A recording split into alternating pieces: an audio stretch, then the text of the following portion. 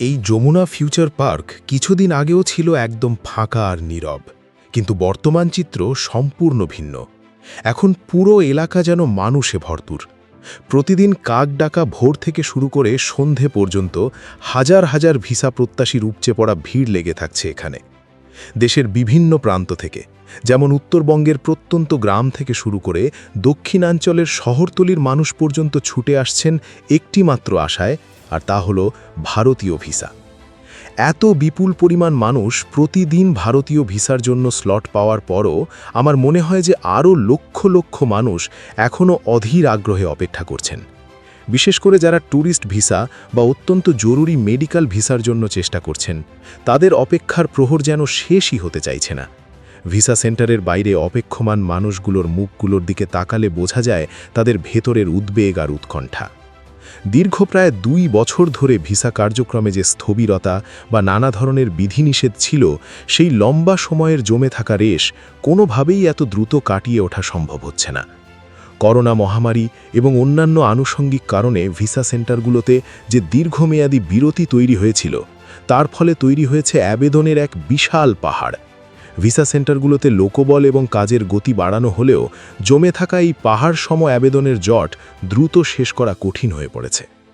আমার মনে হয় এই বিশাল জট পুরোপুরি স্বাভাবিক অবস্থায় ফিরতে আরও বেশ একটা দীর্ঘ সময় লেগে যাবে। কারণ প্রতিদিন যত মানুষ নতুন করে আবেদন করতে চাইছেন, সেই তুলনায় স্লট পাওয়ার সুযোগ এখনও অনেকটাই সীমিত রয়ে গেছে। প্রতিদিন সার্ভারে যখনই স্লট উন্মুক্ত করা হয়, নিমিষেই তা শেষ হয়ে যায়। এই বিপুল সংখ্যক মানুষের মধ্যে সবচেয়ে বেশি কষ্টে আছেন চিকিৎসা প্রার্থীরা, যাদের চেন্নাই, ভেলোর, কলকাতা, দিল্লি বা বেঙ্গালুরুর বিভিন্ন উন্নতমানের হাসপাতালে নিয়মিত চিকিৎসা নেওয়া অত্যন্ত জরুরি। তারা সময়মতো ভিসা না পেয়ে চরম ভোগান্তির শিকার হচ্ছেন। ক্যান্সার বা হৃদরোগের মতো জটিল ব্যাধিতে আক্রান্ত রোগীরা একটি মেডিকেল ভিসার জন্য দিনের পর দিন অপেক্ষা করছেন। পর্যটক বা ব্যবসায়ীদের জন্য অপেক্ষা করাটা হয়তো মানিয়ে নেওয়া সম্ভব, কিন্তু একজন মুমূর্ষু রোগীর জন্য প্রতিটি মুহূর্তই অত্যন্ত মূল্যবান।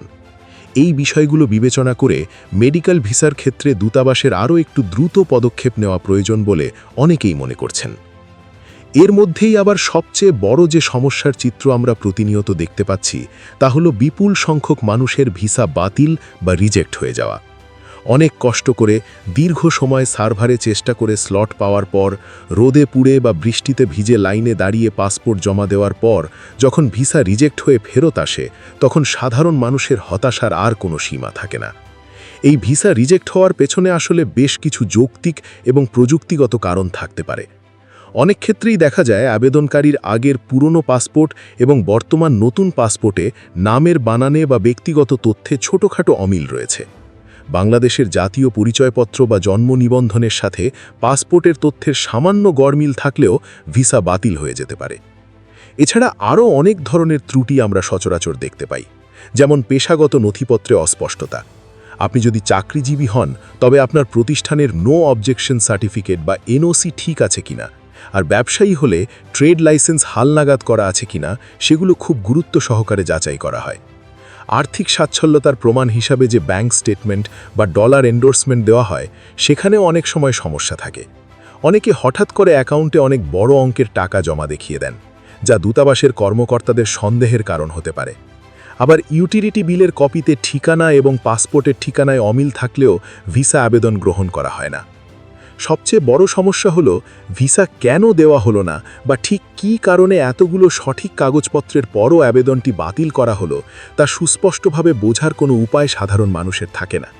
দূতাবাস বা ভিসা সেন্টার থেকে সাধারণত সুনির্দিষ্ট কোনো কারণ উল্লেখ করে কোনো চিঠি দেওয়া হয় না। পাসপোর্টের পেছনে একটি সিল বা একটি সাধারণ স্লিপ ধরিয়ে দেওয়া হয় মাত্র। তাই আবেদনকারীদের প্রতি আমার একান্ত পরামর্শ থাকবে, আপনারা যখনই নতুন করে আবেদনের জন্য প্রস্তুতি নেবেন, তখন অত্যন্ত সতর্কতার সাথে সঠিকভাবে নিজেদের সব কাগজপত্র বারবার যাচাই করে নেবেন। নিজের নাম, বাবার নাম, মায়ের নাম, জন্ম তারিখ এবং বর্তমান ও স্থায়ী ঠিকানা সব নথিতে হুবহু এক আছে কিনা তা নিজেরা নিশ্চিত হয়ে তবেই জমা দেবেন। ছবির ব্যাকগ্রাউন্ড, সাইজ এবং চেহারার স্পষ্টতা নিয়েও সচেতন হতে হবে। তবে বাস্তব অভিজ্ঞতা থেকে এটাও বলতে হয় যে অনেক সময় সব কিছু 100% ঠিক থাকার পরও ভিসা দেওয়া হয় না।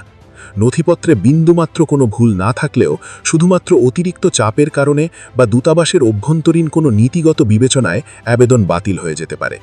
তাই একবার ভিসা রিজেক্ট হলে একদমই ভেঙে পড়বেন না। মন খারাপ করে ঘরে বসে না থেকে সব কাগজপত্র আবারও ভালোভাবে পরীক্ষা করে নতুন করে আবেদন করার প্রস্তুতি নিন।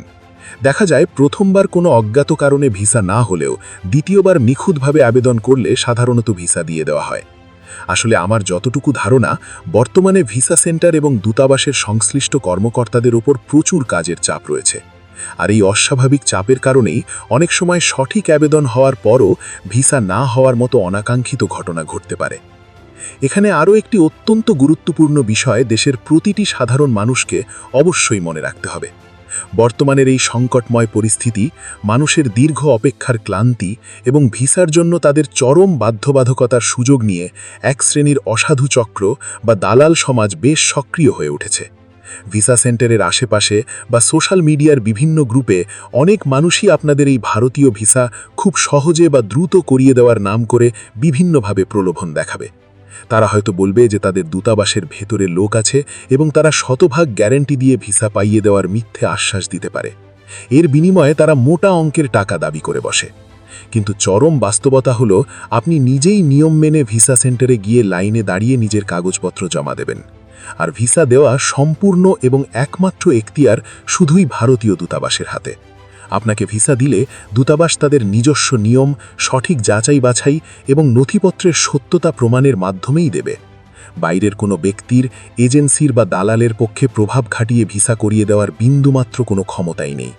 উল্টো এই দালাল চক্র অনেক সময় আপনার ফাইলে জাল বা নকল কাগজপত্র জুড়ে দিতে পারে, যার ফলে আপনি আজীবনের জন্য ভারতীয় ভিসা পাওয়া থেকে নিষিদ্ধ বা ব্ল্যাকলিস্টেড হয়ে যেতে পারেন। তাই অযথা কারোর মিথ্যে প্রলোভনে পড়ে নিজের কষ্টার্জিত অতিরিক্ত টাকা খরচ করবেন না এবং প্রতারণার শিকার হয়ে নিজের বিপদ ডেকে আনবেন না। সঠিক নিয়ম মেনে একটু সময় লাগলেও ধৈর্য ধরে আবেদন করুন। কাগজপত্র ঠিক থাকলে এবং নিয়মতান্ত্রিক প্রক্রিয়ায় ধাপে ধাপে এগোলে অবশ্যই আপনি আপনার কাঙ্ক্ষিত ভারতীয় ভিসা পাবেন। বর্তমানের এই ভিড়, স্লটের অভাব এবং জট একেবারেই সাময়িক একটি সমস্যা। সময় লাগলেও দূতাবাস এবং ভিসা সেন্টারের নিরলস প্রচেষ্টায় ধীরে ধীরে পরিস্থিতির উন্নতি হবে এবং ভিসা ব্যবস্থা একের মতোই সহজলভ্য হয়ে উঠবে বলেই আমরা প্রবলভাবে আশা করছি।